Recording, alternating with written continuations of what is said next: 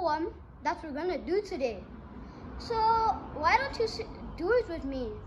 So remember to like, share, and subscribe. Let's get started. So the name of the poem is My Neighbor's Purple Dog. So this is how it's called.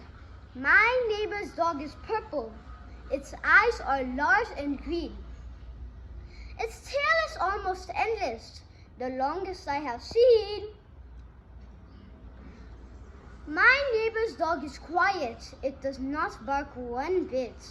But when my neighbor's dog is near, I feel afraid of it. My neighbor's dog looks nasty. It has a wicked smile. Before my neighbor painted it, it was a crocodile. I hope you like the poem, guys. And I don't know about the crocodile part. So remember to like, share, and subscribe. Bye!